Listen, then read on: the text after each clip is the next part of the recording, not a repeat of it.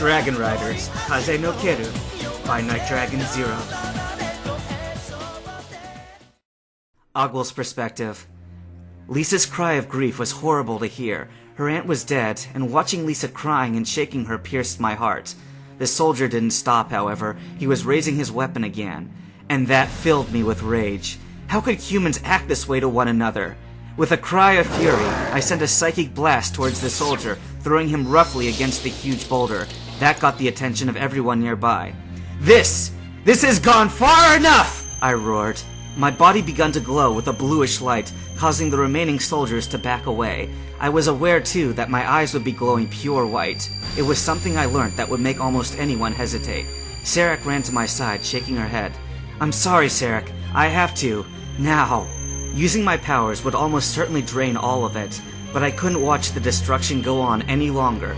Astonished cries and gasps came as I returned to my actual form, the form of a huge white aquatic bird, back lined with blue ridges, a blue mask over my eyes, what the legends called the Guardian of the Sea. I am Lugia.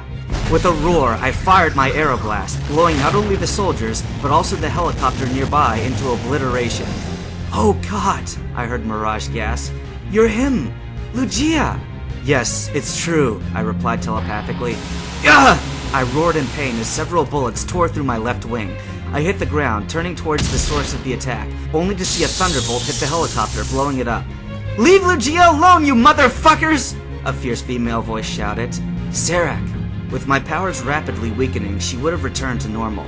My suspicions were confirmed as she stepped up beside me, not as the Vaporeon, but the human I'd first met. She was a blonde-haired woman of 26, with a fiery glow in her blue eyes. Her shoulder-length hair came over the silver cloak, the same one I'd adopted for my human guise.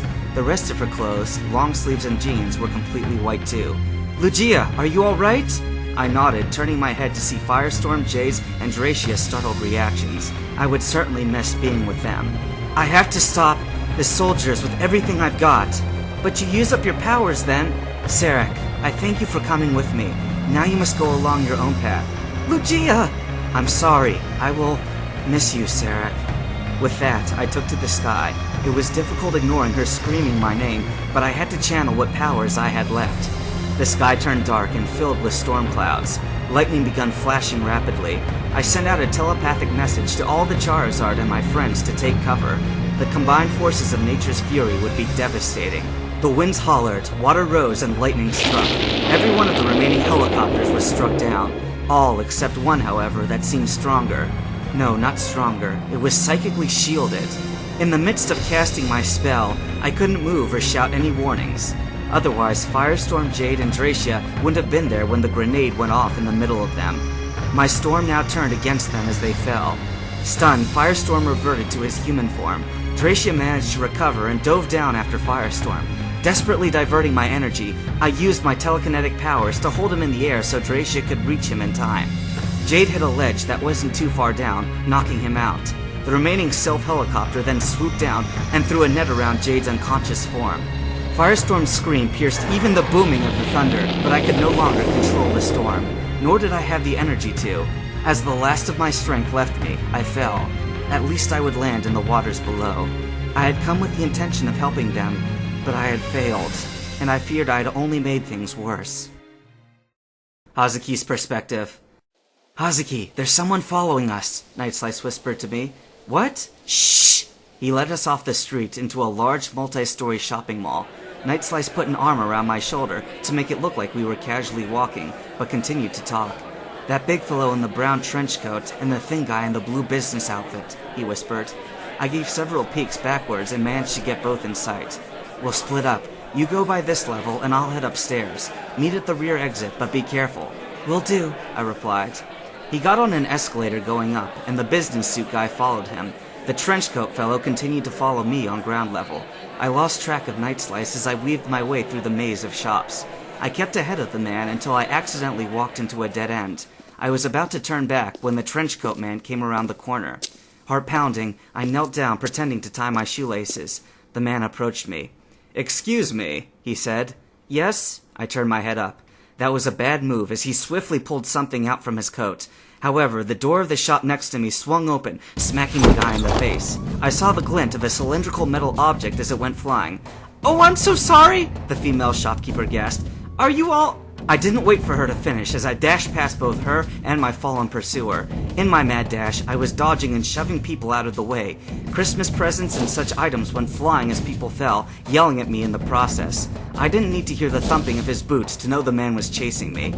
I somehow got back into the center area of the mall, where an ice skating ring had been set up to the center. I could only think of dashing straight for it. "Hey, you have to— Oh!" I shoved the attendant out of the way, leaping over the bars, and went running right through the ice. Of course, I went sliding like crazy, screaming, and knocking the panicked skaters down. The trenchcoat man came running as well, but he stumbled and landed on his chest, sliding forwards, crying out in surprise. "Kyle!" I released the Lapras. "Whoa, what? Never mind, just help me!" I yelled, jumping and grasping onto his neck. "Hey, no Pokemon allowed in here!" An attendant with skates on walked in front of us and yelled. "Uh-oh!" Wham! "Sorry," Kyle muttered. "Stop! Come back here!" The trenchcoat man panted, frantically trying to get to his feet. "Kyle, slow down!" I yelled. "That's the problem, I can't!" the Lapras replied. "Whoa! Kyle, watch out for that wall! Oh shit, oh shit, oh shit, oh shit, oh shit, oh shit!" He smashed through the padded barrier of the skating rink and slid across the smooth, polished floor of the mall, causing the shoppers to flee in panic. "Where'd you learn to drive? The arcade?" I yelled as he spun a full 360 degrees. "I never did! No crap!" He noticed we were heading straight for a brick wall. "This is gonna hurt!" Bam! Both of us were stunned long enough for the trenchcoat man to catch up. He drew a pistol and fired up in the air, causing the screaming crowd to bend down and cover their heads. "Nobody move and no one gets hurt!" he ordered. "Ugh!" I groaned as he approached us. Then I saw Night Slice. He was on the 4th level, facing me, meaning he was also at our enemy's back. He ripped off one end of a long cloth banner tied to the railing and grabbed onto it before leaping off. The banner held his weight as he descended, arousing astonished gasps from those who were bold enough to look up. Using the momentum of his swing, he let go of the banner and launched himself into a flying kick. My attacker turned around, but didn't have time to fire his gun. Yeah! My attacker screamed as he went flying, losing his gun in the process. "You alright, Hazuki?" "Yeah," I nodded, recalling Kyle. Then the business suit man came running down the stairs, also holding a gun. "Watch out!" Night Slice spun around to face the gunman just as he fired. He bent backwards and the bullet barely passed over his body. He then snapped back upright. "What? How?" Grinning, Night Slice tossed a Pokeball. Seeing it, the attacker immediately began fumbling for his Pokemon. However, what Night Slice had thrown was an empty Pokeball, which smacked the man right in his face. "Ha! I love that trick!" he laughed.